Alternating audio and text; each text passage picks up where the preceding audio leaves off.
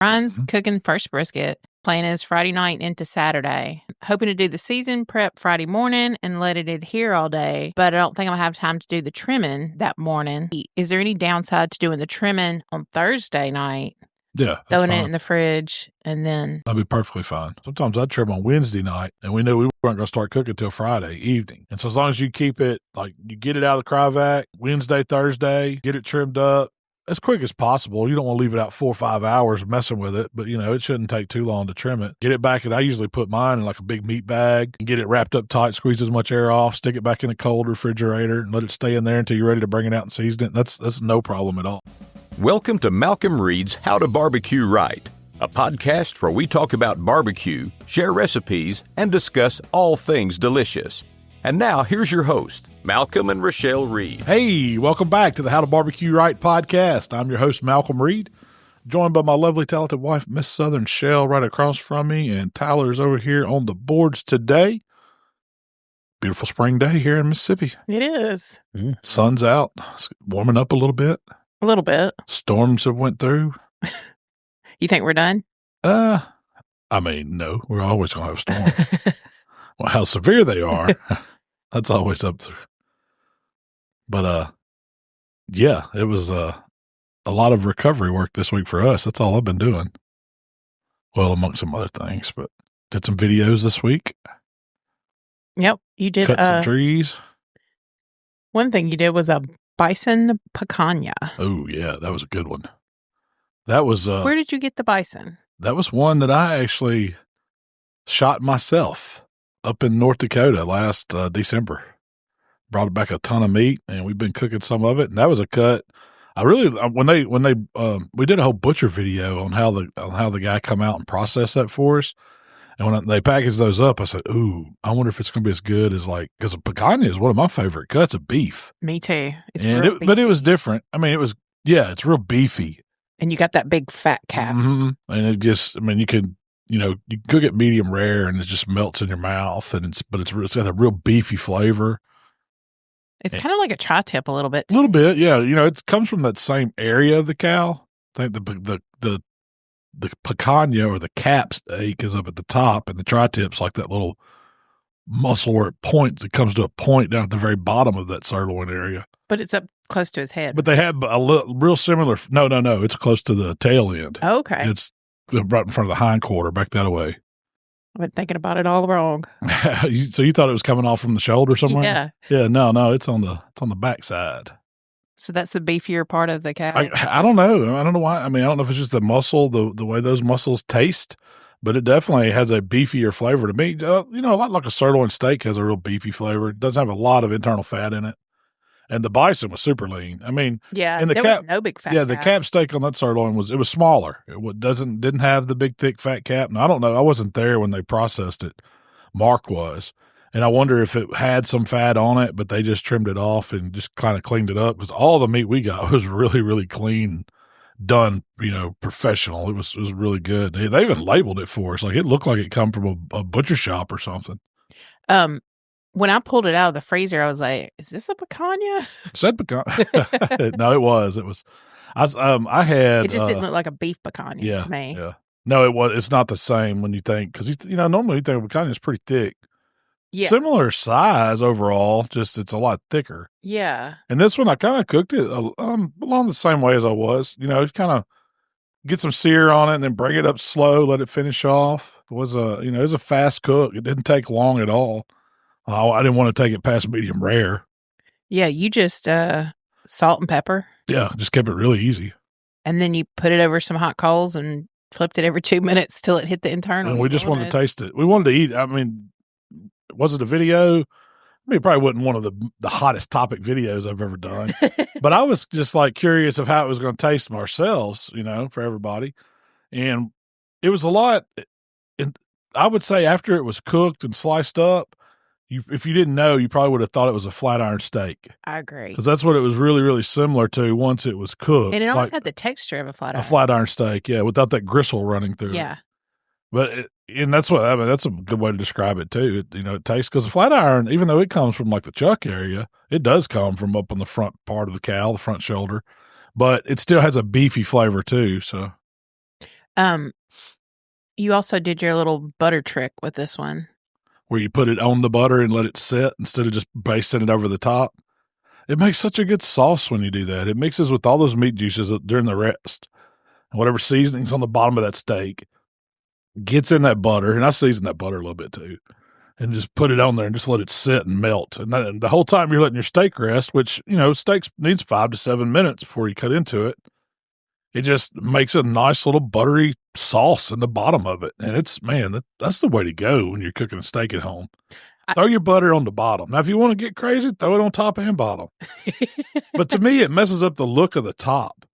When you just put a pat of butter on it or, you brush it with melted butter, it's going to brush away some of the grill that you've kind of built up on it. And then when you lay it underneath it, it just makes a sauce that's really, really good. And so you still got the looks of the steak and you cut it and just got this plate of deliciousness. And I like how you sop it up. Yeah. I like how it incorporates with the meat juices. And it's good. It's a really great, simple little. It doesn't get thick sauce when you let it get cold. So it doesn't do as good like when if you have leftover steak. Who has leftover steak? But that's going to coagulate back up, because butter's kind of solid at room temp or when it's cold. So it will do that, but I'm not going to let it get cold. I visit to eat it and then get some bread out and sop up all that juice too. One thing I've noticed with the bison that we've been cooking is it doesn't taste like game. It tastes like a good quality lean beef. I guess, we go out and we hunt them, but to me, it was still, like you said, it was more kin to beef than any other wild animal that I've shot. And it just has it's not an off-putting flavor at all. It's really good. It's just like a richer tasting beef. Yeah. That's kind of the best way to describe it. You think of a real beefy cut, that's what bison tastes like to me. And I'd been getting those bison ribeyes and we cooked them at like Memphis and May for the exotic category and stuff like that. I've done some videos with them for Mossy Oak, the gamekeepers. They actually sell them online. And those steaks, like those bison ribeyes, it's hard to tell. The biggest difference you can tell is that they're just not marbled up. They have some fat to them, but it's like if you're looking for a really lean red meat for protein, bison's a great choice for that. And they sell it at most grocery stores. And I don't know if you can get steaks at most grocery stores. I have seen some smaller bison ribeyes at like Kroger or somewhere like that, but they always have ground. And the ground's really good too. I bet Kevin's got them. Oh, yeah. I bet you he sources. I've never asked him. I bet he does. Speaking of Kevin, Craig had made a post on the community. Yeah. And he said, if y'all are buying that Australian Wagyu, you better get it for the tariffs go into effect. And Kevin chimed in and he said, Kevin from the world famous Butcher Shop at Pensacola, Florida. Yeah. The Butcher Shop. He said, I'm hearing this one may be short term, 1 to 2 months, but there's plenty of inventory in the country. Well, good. So if prices go up, people are just gouging you for it. Because there's going to be a lot of that. I thought the tariffs got paused like 90 days. So who knows, man? This is not a political show. It's all tariffs. But it looks like we're going to be okay on the Wagyu. We're going to be okay on Australian Wagyu, huh? Well, that makes me at least for the short term. So I do have a little news. Something popped up on my news feed. Oh, yeah? The Michelin guy, they're actually coming to the South. They've already... New Orleans? Yeah. Yeah. They've already deployed anonymous inspectors through Alabama, Louisiana, Mississippi, North Carolina, South Carolina, and Tennessee. Where in Mississippi would you say deserves a Michelin star? The Gulf Coast has some really good stuff down there. I can see that. That's the first thing that pops up. I can't think of anything in Orlando. The Paris is good, but... Yeah, the Paris is great, but a star... Well, they have other categories. Okay, so it's not just the frou-frou fancy places. They have like casual dining stars that they get. Okay. Well, they'll probably have to go to Oxford. Yeah, I was thinking Bouray. Oxford, yeah. You got City Grocery, Bouray, some of, Kearns places. But anyway, we got there's some spots down in Louisiana and the Gulf Coast. Oh, absolutely. Haven't been to any fancy places. Well, I don't know. Down in lower Alabama on the coast, there's some good spots. Yeah. I don't know as much. Fisher's, that's a pretty fancy place. It's pretty good. Isn't that what it's called? Yes. At that marina? In Orange Beach. Yeah. It's in or the right Orange Beach outside Marina. Orange Beach. That's where it's at, Orange Beach Marina, I think. That's a Fishers on the Water or whatever it's called. What about Memphis? I don't know, man. Porch and Parlor's pretty dang good. I wanted to talk about Porch. Do not give it to Erling Jensen's. I was highly disappointed with that restaurant. That's supposed to be like one of the better ones in Memphis, and we went, and it was just, man, maybe it was 30 years ago. Highly disappointed in Erling Jensen's. We've gone to Porch and Parlor now 4 or 5 times. Yeah, at least. Every time I've been like, wow, this is good. Yep. I mean, we were there for your birthday here just a few weeks ago, and it was fantastic. I had a surf and turf dish that just blew me away. What was your dish? It was like 3 little fillets, and then had like one of those big diver scallops on one, a whole lobster tail on one, and then a big giant prawn on one. And with everything else we got, I barely even damaged it. I took it home and let Michael eat. Michael finished off my meal.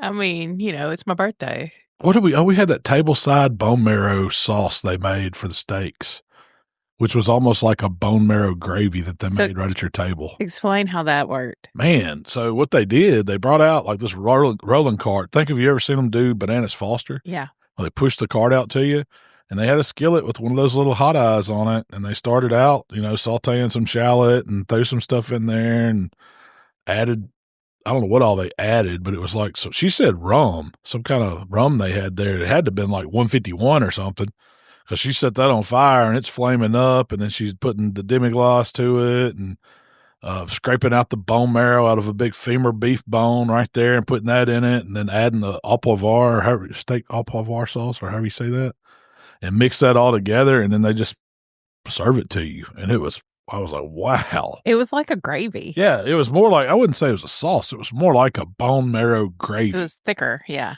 And with the beef and with the potato dishes that we had, it was fantastic. Like, I was blown away by that. We had another appetizer. Oh, it was the deep fried oyster Rockefeller. And that was one of the better oyster Rockefellers that I've ever had, because, most of the time you get them, it's either watery, the oyster's not cooked, it's overcooked, it's chewy, or the spinach and stuff they put in it's dry. And this was like perfect. Like if you order cream spinach, it was like cream spinach in an oyster shell, and then they flash fried an oyster, raw oyster. So the texture on it was buttery and soft and crispy and crunchy at the same time. And then they drizzled like a hollandaise all over that. And that was just unbelievable. It was off the charts good. But we ordered, was it ahi tuna we ordered? Yeah. Or tuna tartare? It's like a tuna carpaccio or something. Tuna carpaccio, that's what it was. And you were putting pieces of tuna carpaccio on top of your fried oyster Rockefeller. It was so good, because the tuna was they had a little sauce that was salty a little bit, and it went with that. That was just combo appetizer right there. That needs to be on the menu together. They have another one where they do Wagyu on a stone at your table. Yeah, we've done that before. It's like for deviled eggs. It's a Wagyu deviled egg, and they bring out your deviled eggs, and they have a little hot stone, and they put little strips of Wagyu beef on that stone and just sear it until that fat starts melting, and they drape it over a deviled egg, and it's phenomenal. And pop it with like just a pop of salt. Sea salt. Salt, flaky sea salt. That's an excellent appetizer, That's too. That's a good bite. Yeah. It doesn't seem like Wagyu and deviled eggs would go well together, but they go really well together. I bet you they had some blue plate in them deviled eggs, what made them so good. Don't you think so? Probably. But the ambiance is great. I feel like it's kind of a New Orleans type place. Yeah, you feel like it. I mean, it's white tablecloth, you sit inside, but then they also have like a big bar area where you can sit at it if you want to, or they have outside dining. So, but the service is like a New Orleans level service to me. There's been all kinds of restaurants in that building in Memphis. It's at Overton Square, right there on the corner. And from one that I remember from, being a kid was it was called the Public Eye. It was a rib place, and we would always go there and eat and get the barbecue ribs, and they were just really, really good. One of the better ones in Memphis at the time. So was it a barbecue joint? Yeah, it was a barbecue joint. Okay. But it was more like a barbecue joint used to be back in the day, where I don't know if they tried to fancy up barbecue, but it was more like a dining experience. Because we had there were some Gridleys. I remember Gridleys as a kid. And my mom and dad would take us there, and, you would kind of go down in the basement of the Gridleys, and it was all tablecloths and So it wasn't just a dirty barbecue joint, you know. They had, I don't know, I wouldn't call it fine dining barbecue or anything, but it was a little more upscale barbecue than going just to, you know, Tops or somewhere like that. Just a barbecue joint. More so than even like Rendezvous. Because, you know, you go in Rendezvous and it's just tables and chairs, nothing fancy, no really tablecloths or anything. Or they might have those red and white tablecloths. I don't remember what they had on table. I think that's what they do have. Yeah, they got some tablecloth. But it's not really fancy. It's more of a, you know, it feels like a bar feel because they, you know, they're serving draft beer and the appetizers are the main thing you go there. It just didn't feel like a sit down type restaurant with the, you know, but there used to be a bunch of those. Is Gridley's a chain? I think it was a Memphis chain, and I don't even know if there was like a smaller version of it that had lasted for, you know, after the heyday. And there used to be one out in kind of the Cordova area in a strip mall. And I think there was one on Winchester too, but I don't know if those are still alive. I remember like they had really good sauce.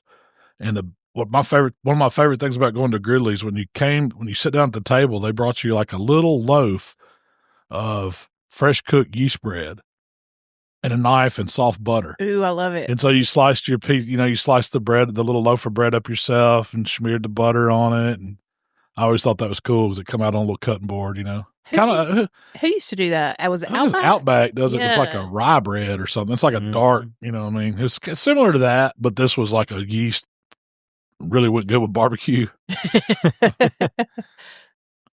The Outback bread used to be pretty good. Yeah, it was really good. It still slaps. Them and Cheesecake Factory's bread, both of them, man. Man, I have only been to Cheesecake Factory one time in my life. So good. Yeah. Cheesecake Factory is very mid, right? That's fine. They have way too much stuff going on their menu. Yeah, that was one thing. They had their menu was 8 pages of just front to back, just advertisements on it. There's no way they could cook all this stuff good.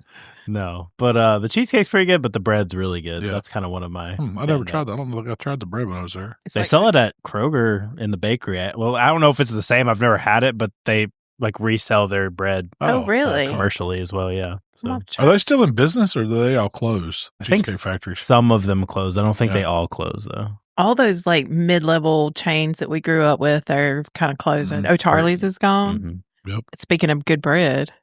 Oh, their rolls were hitting. Yeah. Yeah. Tastes like my mom's homemade yeast rolls. Applebee's is struggling. They're always trying to rebrand.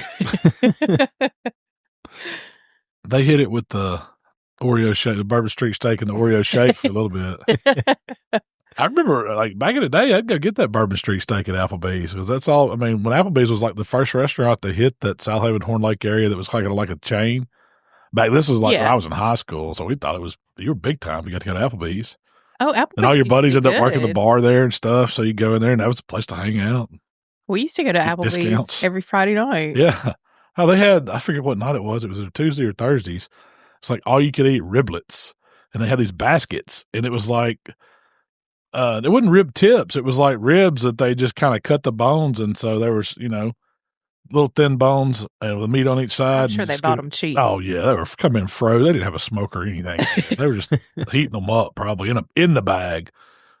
Yeah, I imagine that's how they did it. But, man. You tore them up, didn't you? We had a ton of riblets.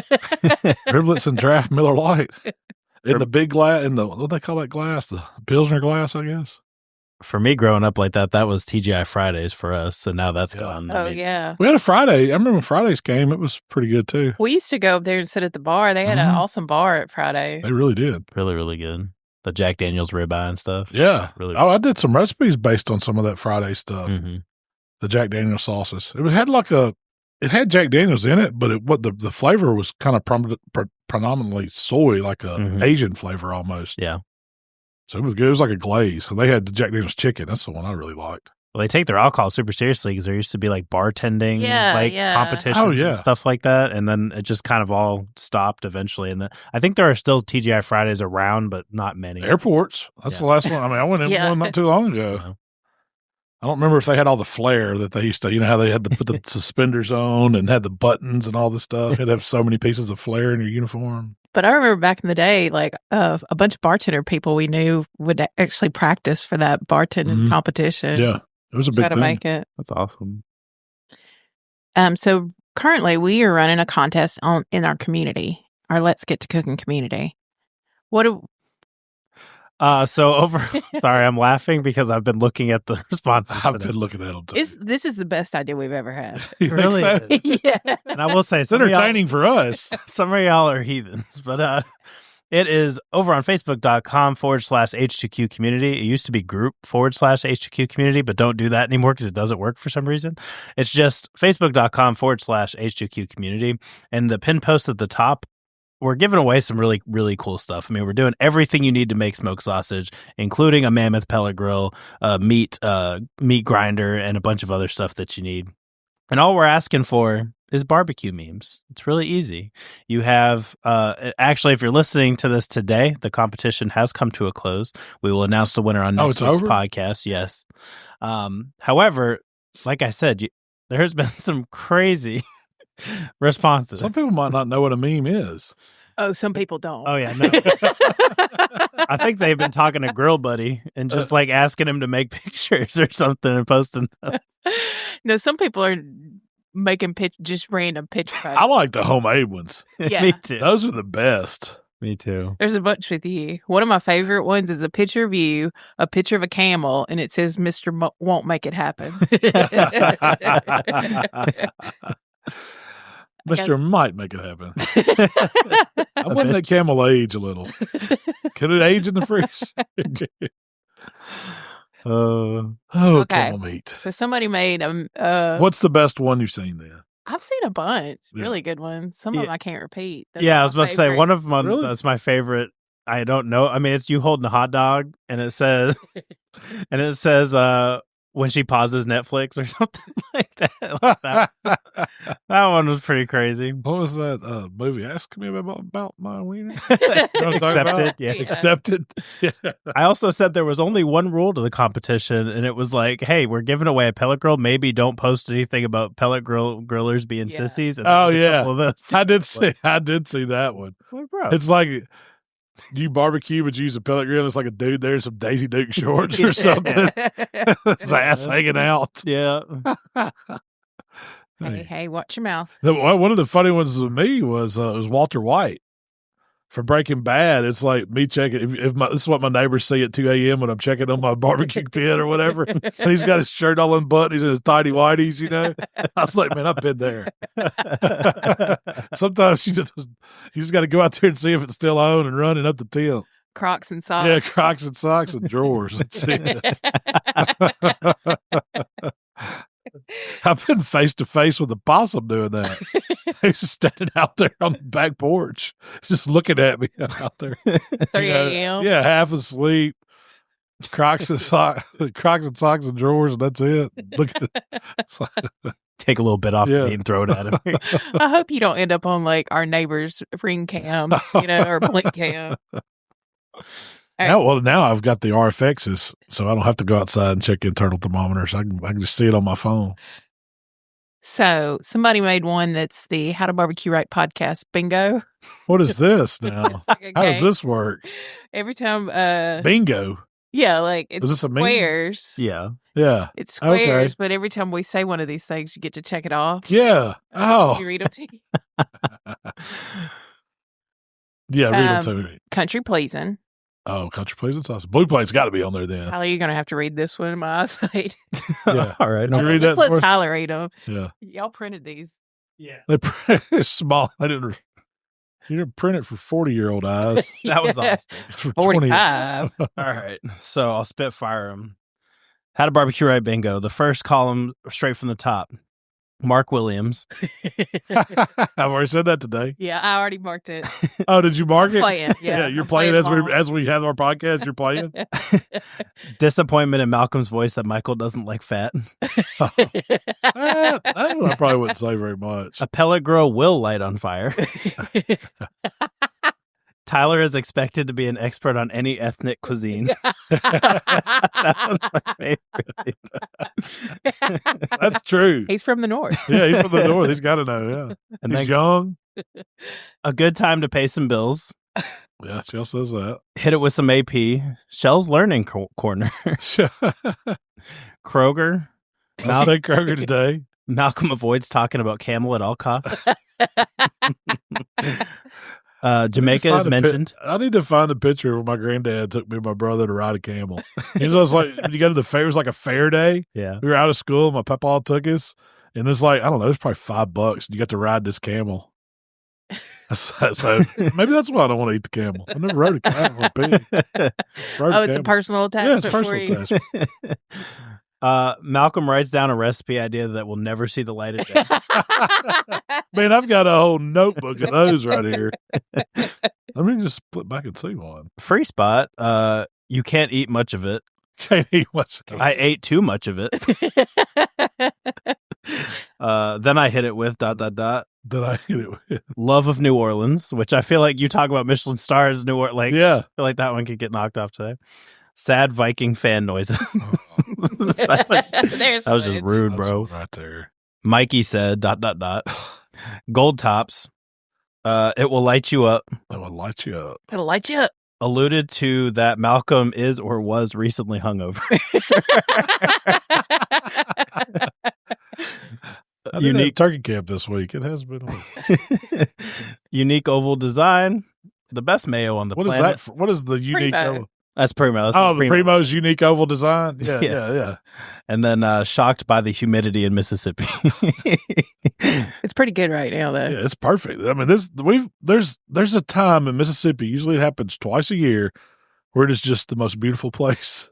The pollen's like all the storm blew all the pollen away, so things aren't green anymore, and the temperatures are mild, and it's cool in the morning. And, we're in that. Yeah. Anyway, so we're in that little short period before the sweat's coming.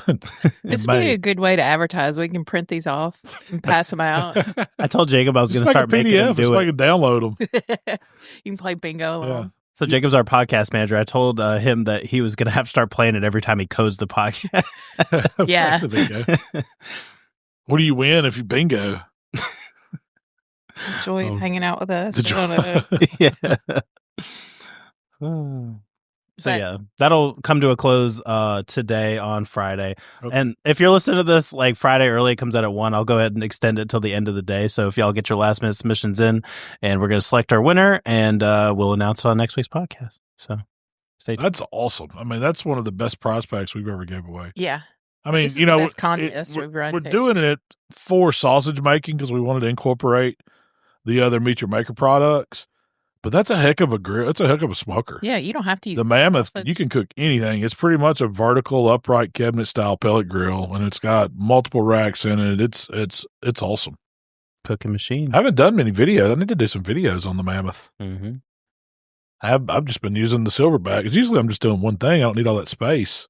But if you're like, I've got some buddies that have bought them, and man, they'll put 10 butts on the thing and run them all night. And it's like, so if you're cooking a lot of stuff, the capacity of that grill is really, really good. Do you think that's the biggest capacity grill you can get in that for that money footage and that money? Yeah, for that price point, for sure. It's a great price. So I think they're only $1,000, right? Mm-hmm. Yeah, it's not. I mean, for a pellet grill, $1,000 is kind of mid. That's, and for the capacity for $1,000, shoot, that's awesome. Well, this would be a good time for us to pay some bills. Bingo. The How to BBQ Right podcast is brought to you by our friends at Primo Grills. Shell, did you know that Primo is the only ceramic grill made right here in the good old USA? What?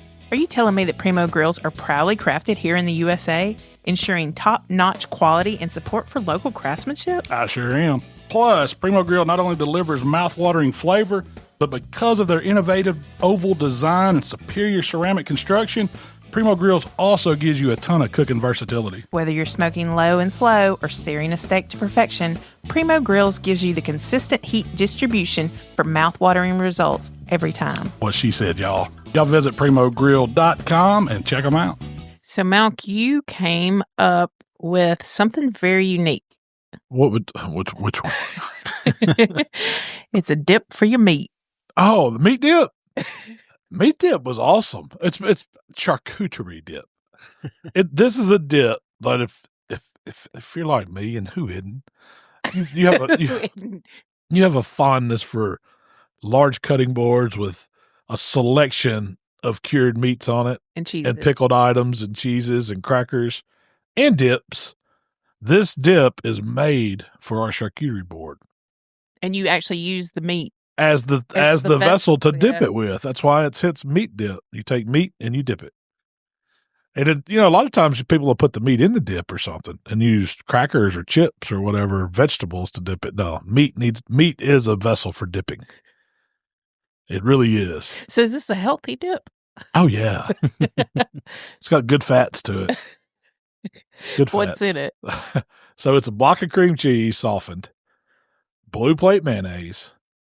It's got olive tapenade. No, let me get my other fat in there. Half a stick of butter. Stick of butter, room temperature butter. You got to add that. That makes it so creamy, and you just don't know what's in it that makes it so good. It's the butter. So it's butter, cream cheese, mayo. And then I bought this. It was a muffaletta sandwich, the olive spread that they put on it. I found that at Kroger. It's like in a little cup, and it's chopped up muffaletta topping. And the brand we used was called Murray's. Murray's is a great. They have all kinds of stuff. If you have cheeses are good. Yeah, I know their cheeses are good. I don't know if Kroger sells them. Mm-hmm. Yeah, Kroger. Bingo. I guess they sell them at other stores. Surely. I don't know, but it's a great brand. Yeah, the Murray stuff is really good. They have a blue cheese that I love. It's my favorite blue cheese. Yeah. But so it's the olive tapenade, and then pepperoni peppers. It's not. Is it olive salad or olive tapenade, or are they kind of the same thing? I call it tapenade because that's what I always thought you put on a muffaletta, and it's basically like an olive relish. So it's like a bunch of different kinds. It's not the same olive. It's like different species or types of olives, all in this pickly brine. And it wasn't super juicy. It's more of oil than it was a brine. Yeah.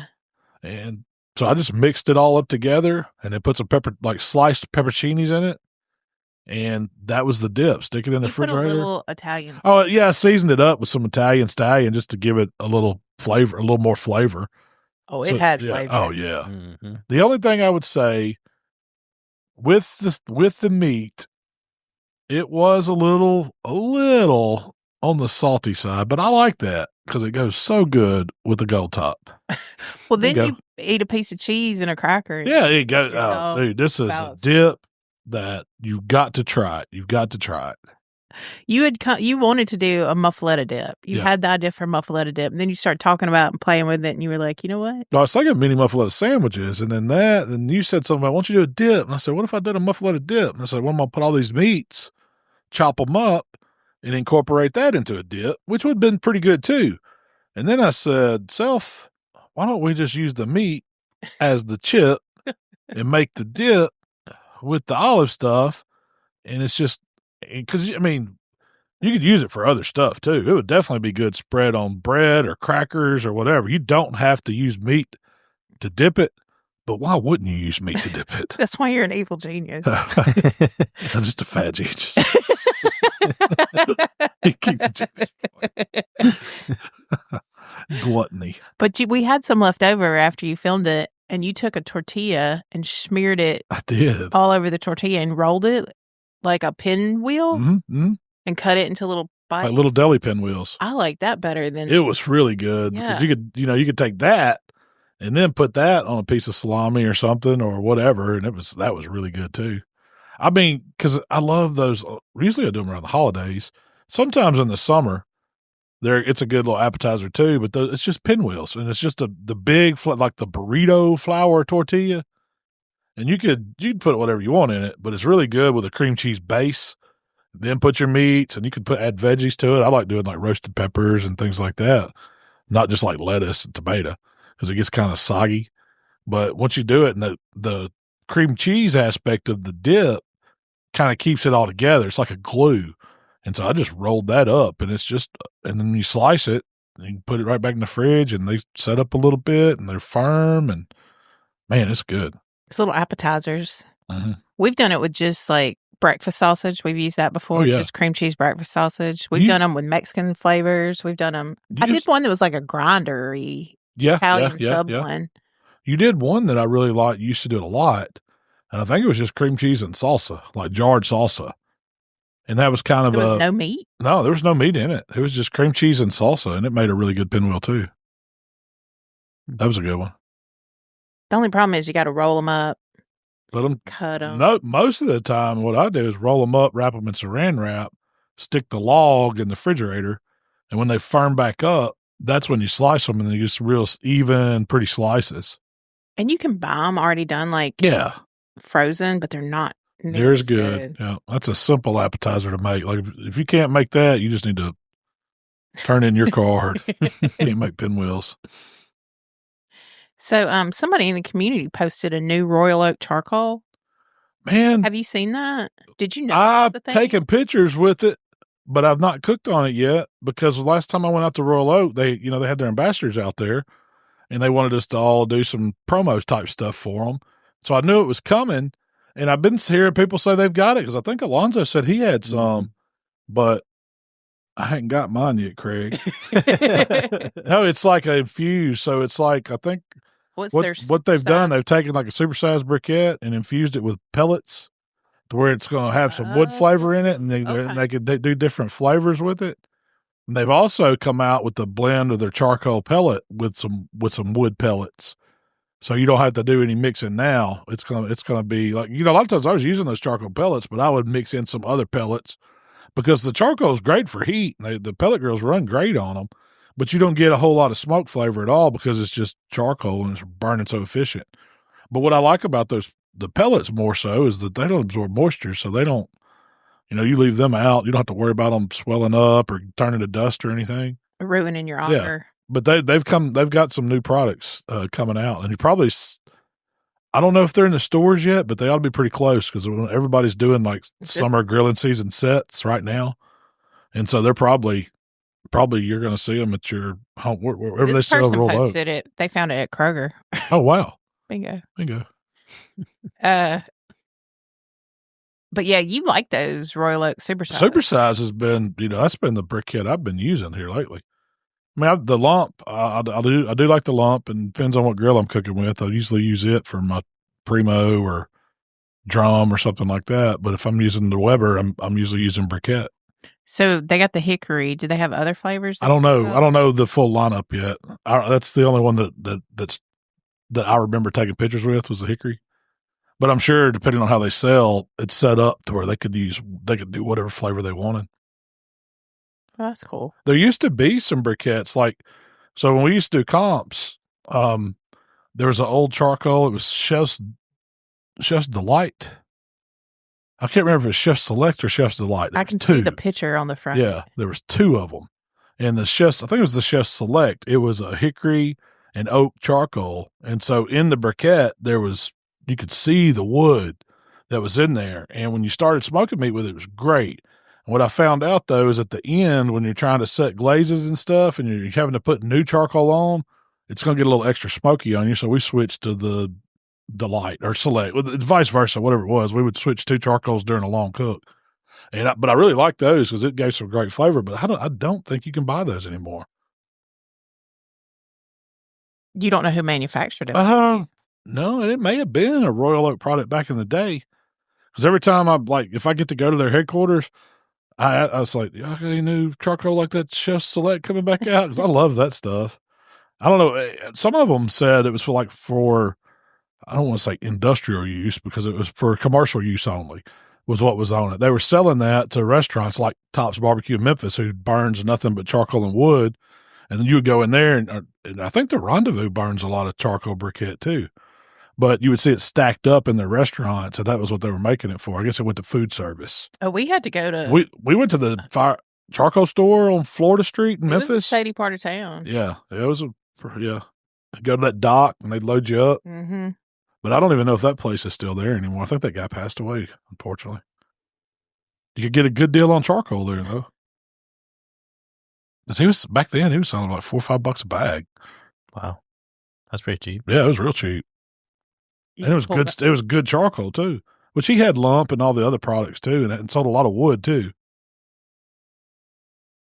So that might be a new business for somebody if you want to get into the charcoal selling business. So, there was a couple questions on the community. Some really good ones. Yeah, let's hear them. What's the best way to cook beef short ribs? This particular person? Long bone or cut up? Because when I think of short ribs, I'm thinking either dino bones, like Alonzo Cook. That's short ribs. But when you say short ribs at most stores, they're going to be those little pieces that are about 2 inches. So it's like they took a short rib and cut it up. But the best way, they have a drum smoker, a kettle, and a pellet. Oh, I'd throw them on a drum.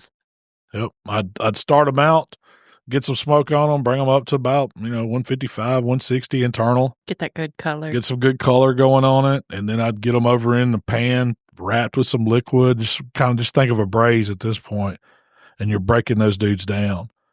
And, you wrap them up with foil. You could throw whatever you wanted in there seasoning-wise. You could put some butter in there with them to make them a little richer. Like if you need short ribs to be richer, they're pretty rich on their own. Butter never hurt nobody. Butter never hurt. But you just cook them until they're falling apart, and I'm talking fork tender. So you have to keep checking them. And then if I had to say an internal temperature, it's probably going to, no joke, going to be like 208. It's going to be 208, 210, something like that. They're going to be so soft, it's going to come right off the bone. Can't eat that bone, no way. But that's how I like to do them. And then you take them off, and you can sometimes they'll have a little fatty membrane on the backside. I like to pull that off before I serve it. But you end up with just this gelatinous mound of beefy goodness that just melts in your mouth. And it goes so good with like mashed potatoes or grits or something starchy like that for it to be the foundation. And you put that on it. And that's how often that's how they're served in fancy restaurants. But now the dino bones, which is the short rib, plate rib, same thing. You cook them the same way. It's a lot like cooking brisket on a bone, if you think about it like that. I like the way Alonzo cooked his. He just let them ride till they were done. Yeah, keep them spritz with a little Worcestershire and water, I believe, is all he used. And he seasoned them with like TX and one of his all-purpose type seasonings, just a little bit of barbecue seasoning, and just let them build a bark and just kept them sprayed the whole time. And they cooked, 4.5, 5 hours, wasn't it? Mm-hmm. And we'll talk about that. That recipe will come out later. Yeah. Because we did a recipe. He did a recipe. He cooked those for me, and it was like a Texas style short rib, and they were good. It just goes back to my theory that keep it simple. Yeah, make it good. They need to call those long ribs because they're the bones are long, and with the short ribs when you cut them up, they're long ribs when you leave them whole. That's kind of confusing, really. It is. Mm-hmm. But most people probably don't call dino bone short ribs, even though that's what it is. So, Tommy, his son's friend asked him to cater the wedding. They're wanting pulled pork and sides. It's going to be a total of 125 guests. How many pork butts would you cook? For 125? For 125. Wedding? For a wedding. Self-serve or I'm guessing. Buffet style? Usually pulled pork is buffet. And it sounds like that's going to be the only meat. I would probably, 12 would get it easy probably, but for a wedding, you never know. So I'd probably do like 14 just to be safe, just to give myself a cushion. But you like to overcook. But I like to overcook a little bit. But that way you could send the bride and groom home with the pan, some stuff to make them, you know how they fix it up. Oh, yeah. There's going to be aunts and uncles and mamas and that wants to take stuff. So, but if you're doing it from a cost perspective, let me get out my trusty calculator here. You should be able to feed 15 people per butt. So, quick math on a calculator. That's going to tell me about 9. So you're probably okay with 12 then. But I might cook 14. You don't have to pull them. You can keep them unpulled. Yeah. So another kind of not catering question. Cooking for a crowd. That's what it is. Cooking for a crowd. They're doing a graduation party, 50 to 60 people. They're wanting to do pulled pork, pulled chicken, and brisket. What would you do with the brisket? Would you slice it? Would you chop it? Would you pull it? How would you serve it? Just serve it sliced? Yeah, absolutely. Are there any pros and cons? I would see what I do when I'm serving brisket like that. I don't serve the big wide slice. Usually I'll cook the brisket whole, and then before I slice it, when it's time to slice, I'll make one cut down the length of it. So it kind of cuts it in 2 long halves, and then come back and slice that. So everybody's getting, you don't need somebody getting a full slice of brisket when you've got the other options too. If they want more brisket, just get a couple small slices. And so it stretches it further and it just works. It works in a situation like that. Now, unless you're going to be sitting there at the board with a carving station and you're cutting them off fatty and lean, just like they would at, say, at a restaurant. If you're going to do that, I'd probably keep it whole just for the show. But if it's just to put in a pan beside some chicken and some pork or whatever, I would have it cut like that. Because if not, you're going to get a lot of people wasting it. Because just about everybody, especially the men, are going to get some of all of it, and then you're going to go through it so fast. Yeah. So if you got smaller slices, they're going to grab a slice or two, and then they're going to get a little bit of the chicken, a little bit of the pork, and move on. Yeah, I would rather get a half slice in a situation like that. And I'd prefer it when you've already got it cut for me and I don't have to fight for it. Mm-hmm. And I would definitely serve it in au jus or warm au jus. Yeah. Just to keep it as wet as possible. Yeah. Keep it juicy. Keep it juicy. So Jared, wanting to do a seafood bowl. Potatoes, corn, sausage, shrimp. Mushrooms. They're wanting lobster tail and snow crab. Huh. Oh, you're finna spend some money, Jack. That's a big expensive bowl. How would you do it? I would cook all my vegetables first, and then I'd once it was boiling, I'd cook all my vegetables, and then I would take them out, and then I'd bring my water back to a boil, shut it off, drop my seafood, depending on how much seafood it is, it only takes about 3 minutes to drop that in there and then let them soak a little bit and pull them out. And serve them like that? Yeah. What would you season your pot with? Just like crawfish bowl. Where are they at, they say? I don't know. So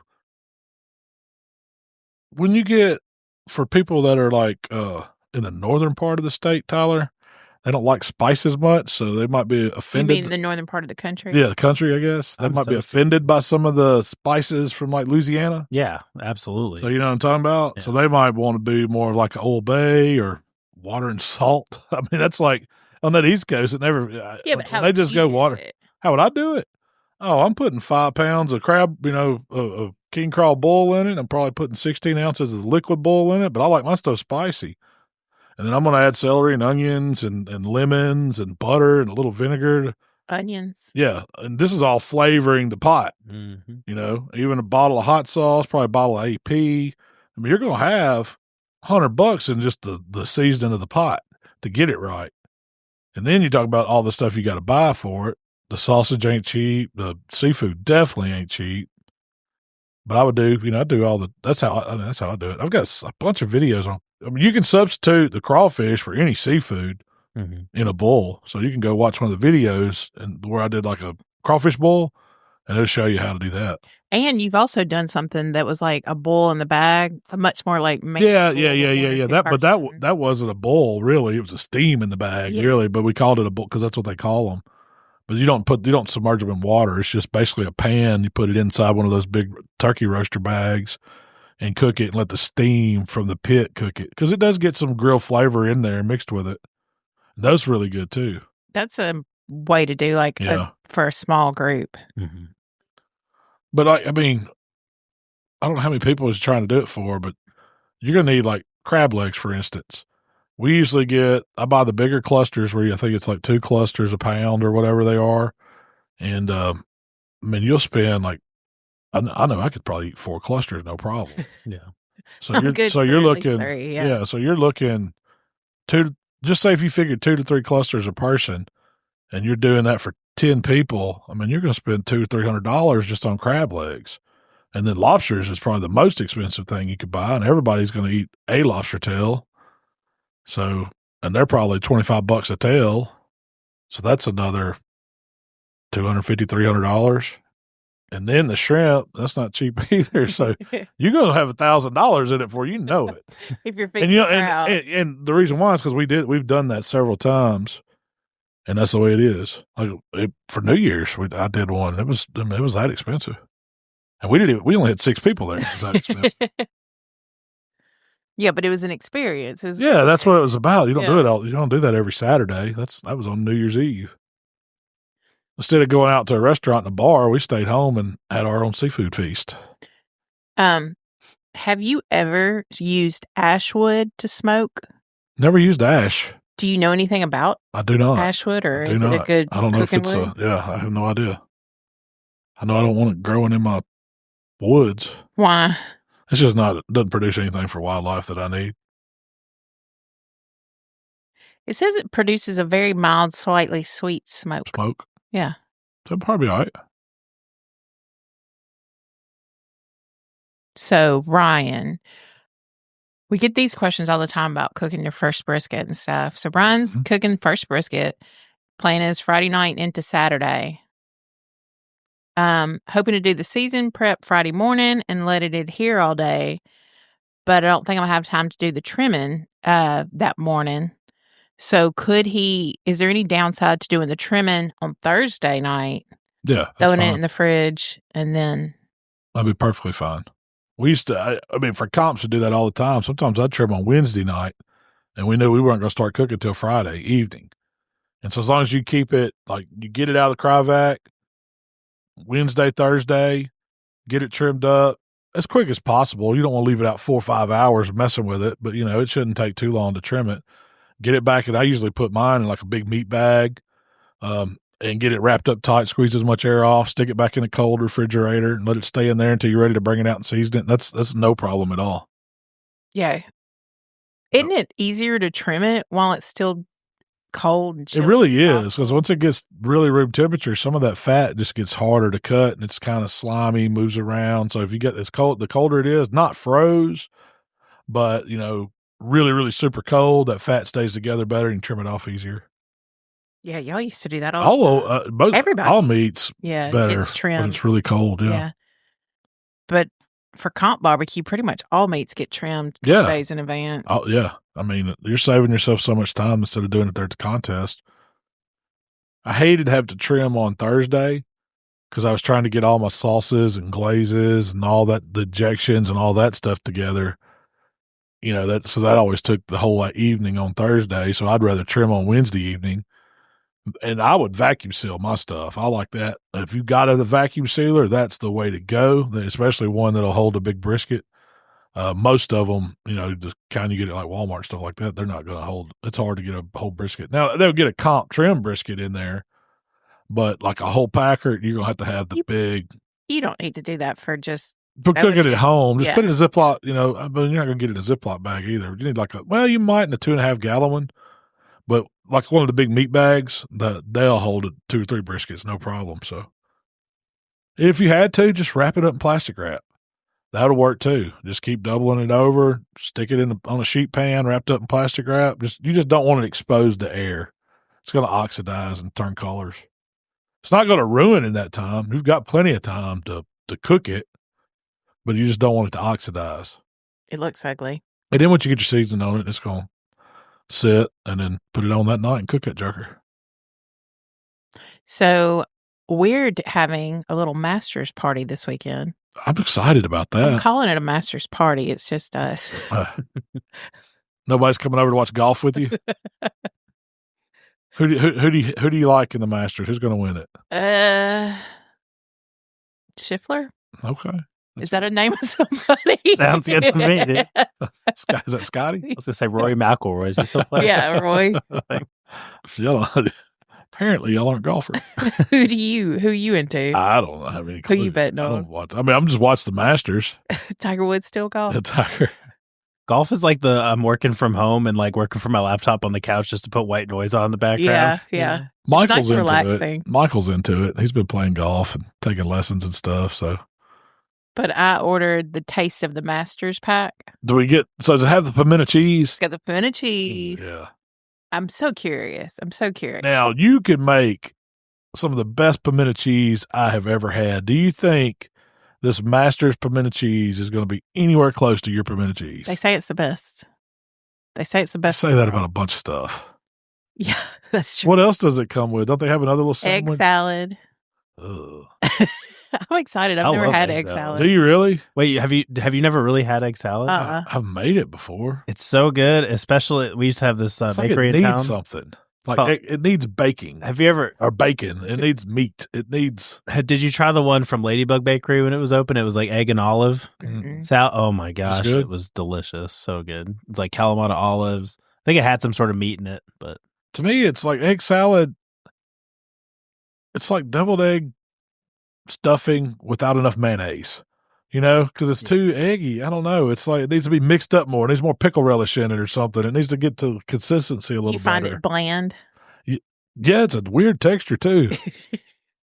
We'll find out. Yeah. Is that one of your, I've never seen you eat egg salad. I've never had egg salad. Yeah. I can't recall a time that I've had egg salad.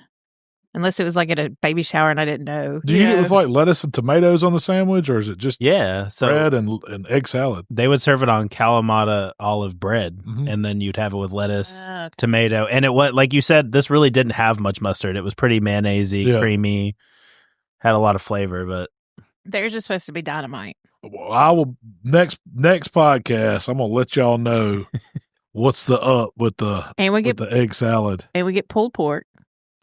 Oh no! Oh no! And we get like chips and cookies and popcorn. And so you're supposed to make like a pulled pork sandwich? Yeah, I'm gonna get some little slider. Now that's gonna be terrible. How much did you pay for this? I'm not telling you. I want to know. I want to know. I'm not telling you. Can you tell me if I'm in the ballpark? Okay. $100. You're close. High or low? Higher. We're gonna stop right there. So you bought some pimento cheese, some egg salad, and some pulled pork. It's an experience. Okay. It's a work. They got you. They got you. Was this like a TikTok guy? Or were you watching No. What's the drink? The azalea? Yeah, I'm going to make some azalea. It's like a vodka lemonade? Yeah. Yeah, we're having no. Do they give you that too? They should send you a gallon of that. No, they send us cups. Like a master's board. You get the cups. I get the plastic cups. The little cup with the master's logo on it and stuff. That's pretty cool. My kid's very excited about it. Yeah. So. That's really cool. The azaleas are blooming. Yeah, they are. Everywhere. And we get something else. I forgot. Anyway. I want the white jumpsuit. Like the caddy suit. Yeah. I think you'd look good in it. You think so? Look like a painter. Like a fat Mario brother. Not a golfer. But anyway, that's what we're doing this weekend. Well, I'm kind of excited to try that stuff. I ain't gonna lie. I don't expect it to be good at all, but it's gonna wow you. I'm excited to try it. The pulled pork. I'm gonna give you. Do you a sauce or seasoning, or is it just ready to go? I mean, I'm gonna serve it with some. Are you gonna make a video on this? Yeah. Okay. You got to review it. Oh, damn. I'm gonna give you a couple of them double azaleas. And then let's talk about it. And then get you. Okay. Then everything's great, though. Everything's great then. Yeah. Let him make a couple of them down. Best pulled pork I've ever had. Was it froze? I'm surely it comes froze, right? Because they're not going to be able to. We'll find out tomorrow. And it shows up tomorrow. I just don't know. Frozen egg salad, frozen pimento cheese. Surely they're shipping that just cold. I don't know, man. Yeah, probably. Like you guys mayo-based salads. The lobster roll stuff. I'm assuming it's similar to that. Yeah, how did that come? Did it come froze? No, it wasn't. It was just like dry ice and stuff. Like Kevin would ship something, That's going to be like your HelloFresh. Yeah. Yeah. They'll have it packed in like an insulated cooler box and How long was shipping on it? I mean, they just sent me a shipping notification today and it'll be there. I mean, it's overnight. Oh, so they sent it overnight. Okay. Yeah. Okay. Might be pretty good, though. Yeah. We might be onto something here. We can say we did. The Masters it's not like experience. We're going to go to the Masters. Yeah. So this is our way to try the pimento and cheese. Say we did. Anyway, Mal, that's all I have for you today. All right. Well, I'm going to go home and start working on my Masters review. I got to go get you a painter's jumpsuit. Yeah, I need a white jumpsuit. You ought to be able to find that at Tractor Supply somewhere. Well, Tyler, do you want to tell everybody? I know we kind of talked about the community, but you can tell them again. Yeah, head on over to Facebook.com/H2Q community if you want to join an awesome group of like-minded people, share your recipes you're cooking over the weekend. I know it's a beautiful weekend here in Mississippi, and I'll be firing up the grill, so make sure y'all share your recipes. Ooh, what you cooking? I don't know yet. We've been talking about wings out there, so I'm feeling wings. I haven't made wings since probably football season, so. Master's wings would be... You got pulled pork. Yeah, you got plenty. You're good. I'm just salad, pulled pork. I'll leave you a plate of wings on the front. I'm going to do a sandwich with. I've already thought about it. I'm going to do a base of pimento cheese, some pulled pork, and then some egg salad on top. Okay. Ooh, and try that. Interesting. I just kind of realized the only meat is pulled pork from, that's not going to probably be that good. Yeah. You'll survive. Oh, yeah, absolutely. But yeah, so come hang out with us over on the Let's Get to Cooking community. All right. Well, Shell, where can they find us? If you'd like to connect with Malcolm, it's HowToBBQRight on Facebook, Instagram, TikTok, Twitter, and of course, YouTube. If you'd like to connect with me, it's Miss Southern Shell on Instagram and TikTok. All right. Well, we appreciate y'all hanging out today, and we will be back next week. Are we going to be back next week? Because I got to go to Texas and shoot a turkey. It depends on when you get back. All right. If I get back in time, we'll be doing a podcast. If not, it will be the following week, and we'll be talking Easter. Is Easter next week? Easter's next week. Oh, I got to cook ham, baby. Yeah. I should be working on my ham skills this weekend for the Go with the Masters. That sounds better than pimento cheese. Flown in full pork. Pimento cheese sounds good. All right. Well, we appreciate y'all hanging out with us again, and we will be back next time to talk more barbecue. We gone.